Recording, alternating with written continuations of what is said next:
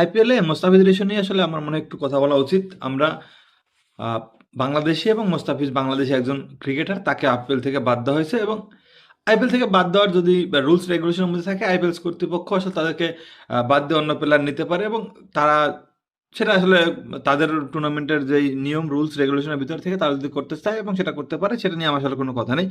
আমার যে এটা বিষয়টা যেটা নিয়ে আসলে কথা বলা আমার দরকার, সেটা একটু আমি বুঝতে বলছি। প্রথম কথা হচ্ছে আইপিএল থেকে মোস্তাফিজকে যেই কারণে আসলে বাদ দেওয়া হয়েছে সেটা নিয়ে আসলে কথা বলা দরকার।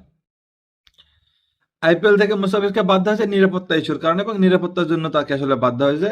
তারা বাংলাদেশের প্লেয়ার মুস্তাফিজকে নিরাপত্তা দিতে পারবে না, কারণ তাদের দেশে মুস্তাফিজকে নিয়ে আসলে অনেক বেশি কথা এবং বাংলাদেশের আহ, বিপক্ষে যেটা সেন্টিমেন্ট আছে সেটা আসলে তারা সেটা বললো এবং সেটার জন্য আসলে মুস্তাফিজকে বাদ দেওয়া হয়েছে। এখন প্রশ্ন হচ্ছে যে কয়েকদিনের মধ্যে বিশ্বকাপ অনুষ্ঠিত হবে ভারতে এবং সেখানে বাংলাদেশের 15 জন প্লেয়ার থাকবে এবং আরও অফিসার্স থাকবে, বাংলাদেশের ক্রিকেট বোর্ডের সদস্যরা থাকবে।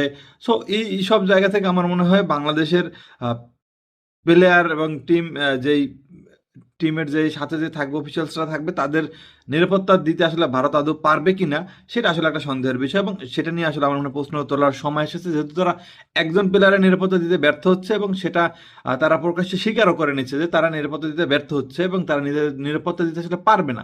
সো তাহলে তারা 15 জনের নিরাপত্তা আসলে কীভাবে দেবে? একজনের নিরাপত্তা যদি কেউ দিতে না পারে, সে দেশ কেউ আসলে 15 জনের নিরাপত্তা দিবে? সেটা নিয়ে আসলে আমার মনে হয় এখনই আমাদের যারা আছেন, সাংবাদিক আছেন বা সমর্থকরা আছেন, যারা কন্টেন্ট ক্রিয়েটার আছেন, তারা আমার মনে হয় এখন আসলে কথা বলা উচিত। এটা আসলে আমি চাই না আমাদের দেশের প্লেয়াররা কোথাও আসলে অনিরাপদ কোনো স্থানে যাক। আমি চাই যেখানে নিরাপদ সেখানে তারা খেলুক।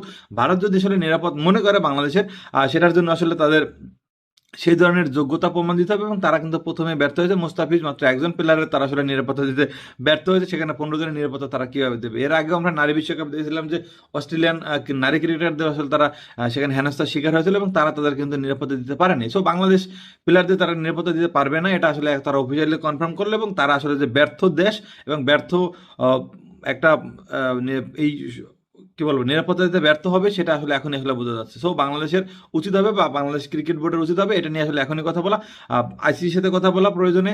এবং যদি বিশ্বকাপ আমরা, যেহেতু বিশ্বকাপের মতো বড় একটা টুর্নামেন্ট, আমরা আসলে চাই বাংলাদেশ বিশ্বকাপ খেলুক এবং বিশ্বকাপে বাংলাদেশ প্রতিনিধিত্ব করুক, তাহলে বাংলাদেশের জন্য নিরপেক্ষ ভেন্যু ভারত ছাড়া আসলে যে কোনো দেশ আছে, সেটা দুবাই হতে পারে অথবা শ্রীলঙ্কা হতে পারে। সো আমার মনে হয় এই জিনিসটা এখনই আসলে আইসিসির সাথে আলোচনা করা উচিত বাংলাদেশের এবং সেখানে আসলে আমার মনে হয় অবশ্যই অবশ্যই এই নিরাপত্তার বিষয়টা কনসার্ন ভারতে বাংলাদেশের জন্য, সেটা কিন্তু আসলে মাথায় রাখতে হবে। সো এই দিকটা বিবেচনা করা আমার মনে হয় বাংলাদেশের ম্যাচগুলো শ্রীলঙ্কা অথবা দুবাইতে সরিয়ে নেওয়া উচিত এবং যেই দেশ আসলে অফিসিয়ালি ঘোষণা করে যে একজন প্লেয়ারের তারা নিরাপত্তা দিতে পারবে না, তারা আসলে টিম অফিসিয়ালস এবং ক্রিকেট বোর্ডের সদস্য